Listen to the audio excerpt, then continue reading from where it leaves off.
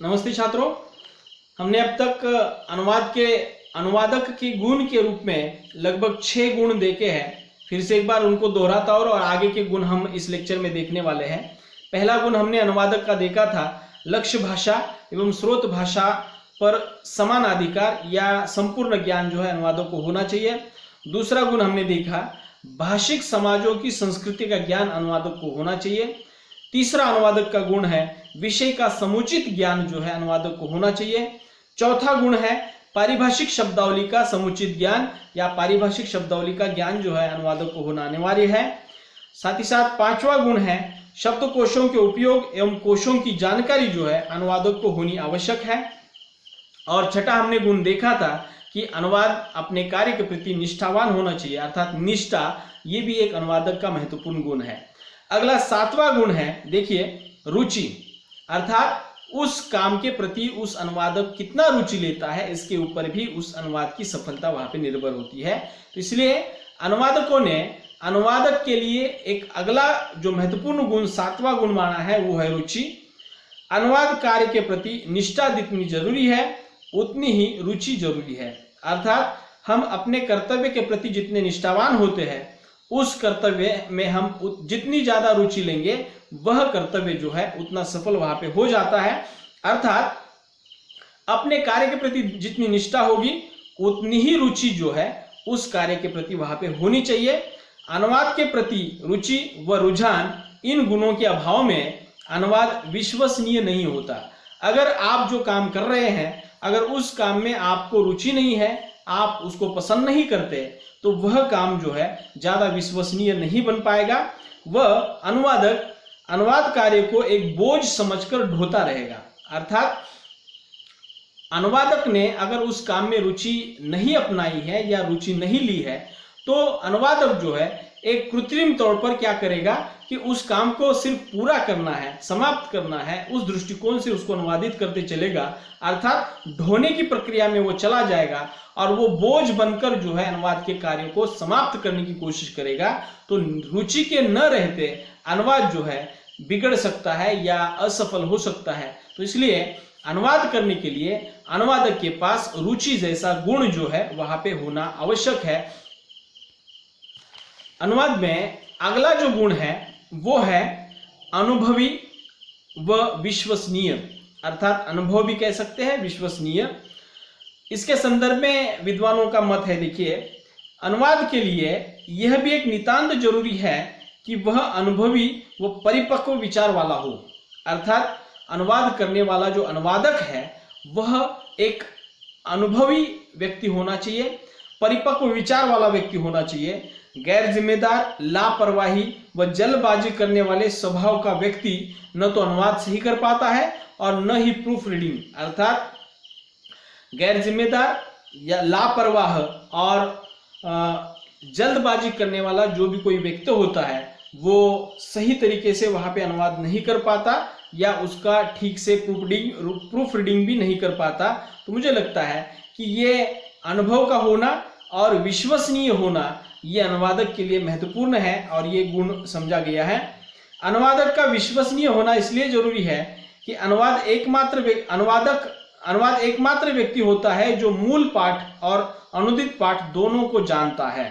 देखिएगा कि अनुवाद के क्षेत्र में मूल पाठ और लक्ष्य भाषा पाठ, इन दो पाठों को जानने वाला एकमात्र व्यक्ति अनुवादक होता है और उस अनुवादक पर ही पूरी जिम्मेदारी होती है कि वह क्या पढ़ रहा है, क्या ग्रहण कर रहा है और वह क्या लिख रहा है, क्या उसे समझकर वहां पे प्रस्तुत कर रहा है। तो ये विश्वसनीयता वाली जो बात है यहाँ पे अनुवादक को लागू हो जाती है।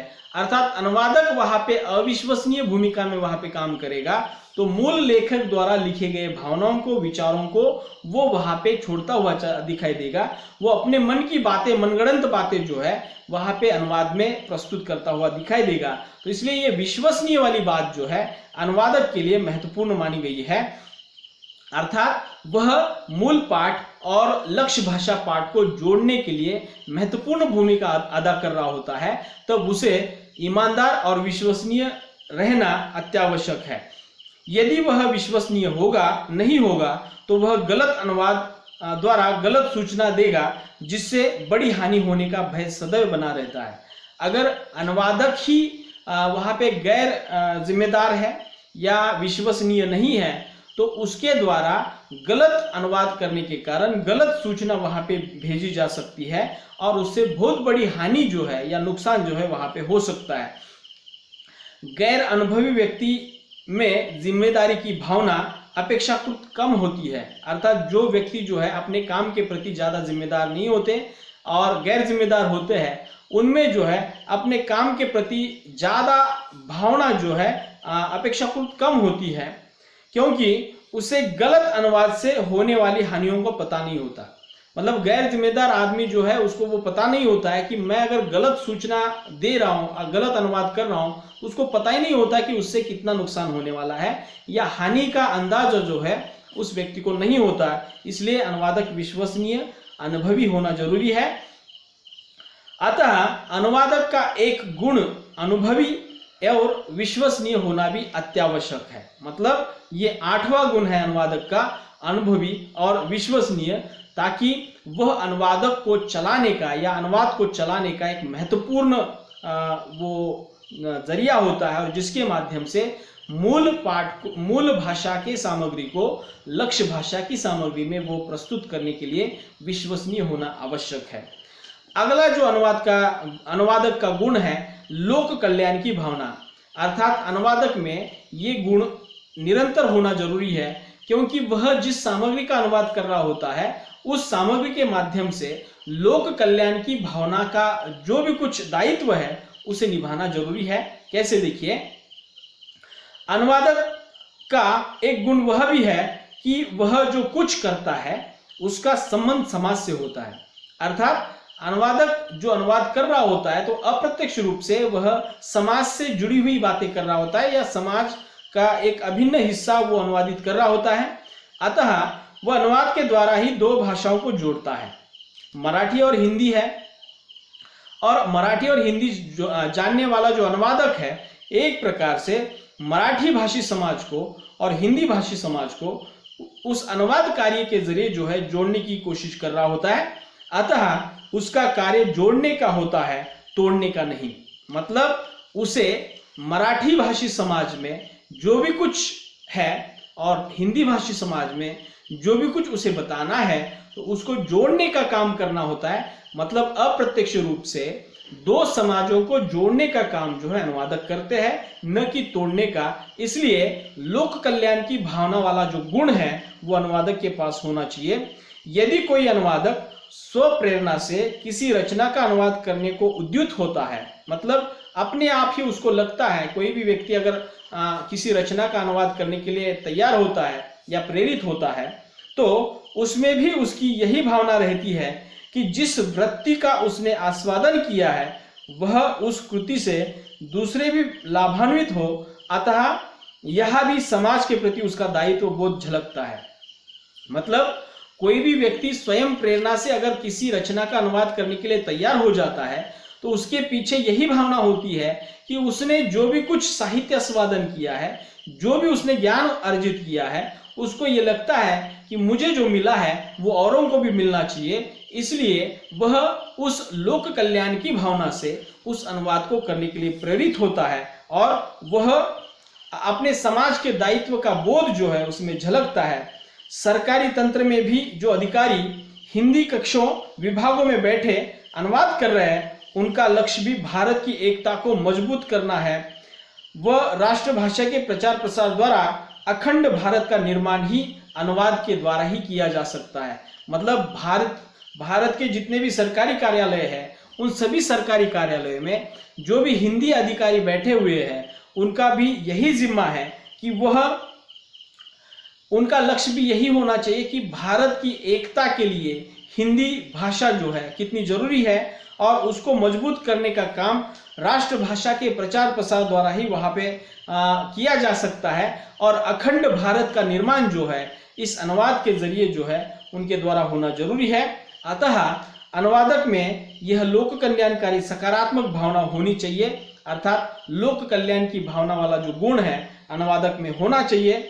आज जब हर चीज बिकने लगी है, ऐसे वातावरण में भी अनुवादक को यह लोकोपकारी भावना बनाए रखनी होगी। अर्थात देखिएगा, आज मार्केटिंग का जमाना है, बाजारवाद या बाजार की संस्कृति पनप रही है। जो भी कुछ बेचने के लिए रखा गया है, हर कोई उसको खरीदने के लिए तैयार है। तो ये जो बाजारी संस्कृति जो है, या हर चीज यहाँ पे बिकने के लिए जो बनी हुई है, तो उस बिकने की चीज में ऐसे दूषित वातावरण में अनुवादक ने लोकोपरोपकार की भावना जो है वहां पे अपनानी होगी, क्योंकि अनुवादक का सम्मान करने वाले आज भी काफी मात्रा में है। अर्थात अगर कोई अनुवादक इस भावना से प्रेरित होकर, लोक कल्याण की भावना से प्रेरित होकर, आज भी ऐसे बहुत सारे लोग हैं जो ऐसे लोगों को वहां पे अपना रहे हैं, उनका सम्मान कर रहे हैं, तो अनुवादक ने उस भूमिका का निर्वहन करते हुए उसका यही लक्ष्य होना चाहिए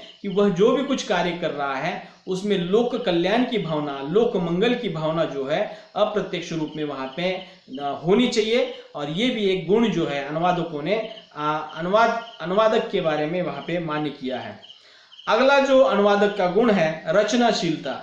अर्थात अनुवादक, हमने अभी देखा कि अनुवादक जोड़ने का काम करते हैं, तोड़ने का काम नहीं। अर्थात किसी समाज के रचना को किसी दूसरे समाज के सामने वहां पे अगर अनुवादक लेके जाता है, तो एक प्रकार से वह किसी एक समाज को दूसरे समाज के साथ जोड़ने की कोशिश कर रहा होता है। उसी प्रकार एक भाषा में लिखी गई रचना को दूसरी भाषा में वो रचनाशीलता के आधार पर वहां पे प्रस्तुत करने की कोशिश करता है। तो इसलिए अनुवादक के पास रचनाशीलता वाला एक गुण होना जरूरी है। विद्वानों का क्या मत है, देखिए, अनुवादक मूलतः सर्जक होता है। सर्जक से तात्पर्य नव निर्माण करने वाला या नया कुछ करने वाला, नया कुछ जोड़ने वाला कह सकते हैं।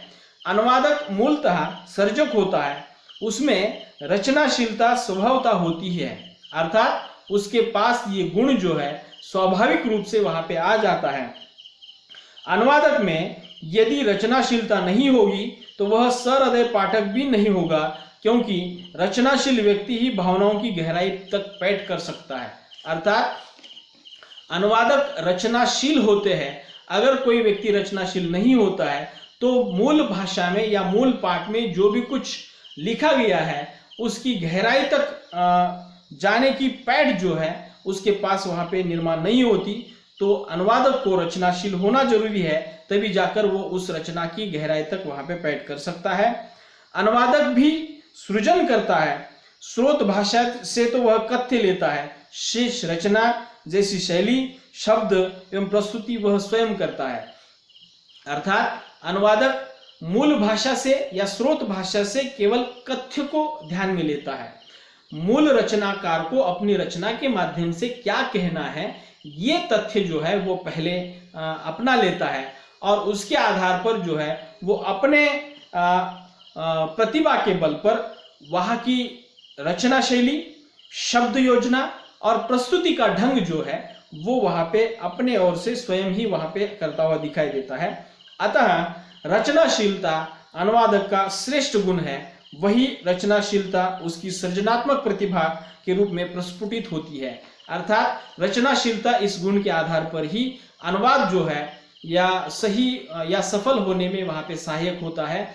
अगर अनुवादक के पास ये प्रतिभा नहीं है, रचनाशीलता वाला गुण नहीं है, तो वह अनुवाद जो है थोड़ा सा बेजान सा, निर्जीव सा वहां पे प्रतीत होता है, और वो एक प्रकार से अनुवाद जो है असफलता की कोटि में चला जाता है। तो इसलिए सफल अनुवाद के लिए अनुवादक का रचनाशील होना या ये गुण जो है अनुवादक के पास होना अत्यावश्यक है। तो इस तरह से हमने लगभग 10 अनुवादक के गुण देखे हैं। अगले लेक्चर में बाकी बचे हुए हम देखेंगे। मुझे लगता है कि इसको आप एक दो बार सुन लीजिएगा, आपको ये गुण समझ में आ जाएंगे। मैं जानबूझकर 4-5 गुण एक लेक्चर में आपके सामने रख रहा हूं, क्योंकि उसके पीछे वजह यह है कि एक साथ 15-16 गुण अगर आपके सामने रखेंगे तो आपको वो उतनी सहजता से, सरलता से समझ में नहीं आएगा। तो मेरी कोशिश ये चल रही है कि 4-4, 5-5 गुण आपको विश्लेषित किए जाए, और ताकि आपको ये पता चले कि अनुवादक के पास ये जो गुण होने चाहिए, एक के बाद जो मैं बता रहा हूँ, उसके पीछे की वजह यह है कि एक गुण को आपने अच्छी तरह से समझा तो दूसरा गुण आप अच्छी तरह से समझ सकते हैं। एक साथ सभी लाएंगे तो समझने में कठिनाई होगी। तो इसलिए अगले लेक्चर में मैं बाकी बचे हुए गुण लेकर उपस्थित रहूंगा। तब तक के लिए रुकते हैं। धन्यवाद।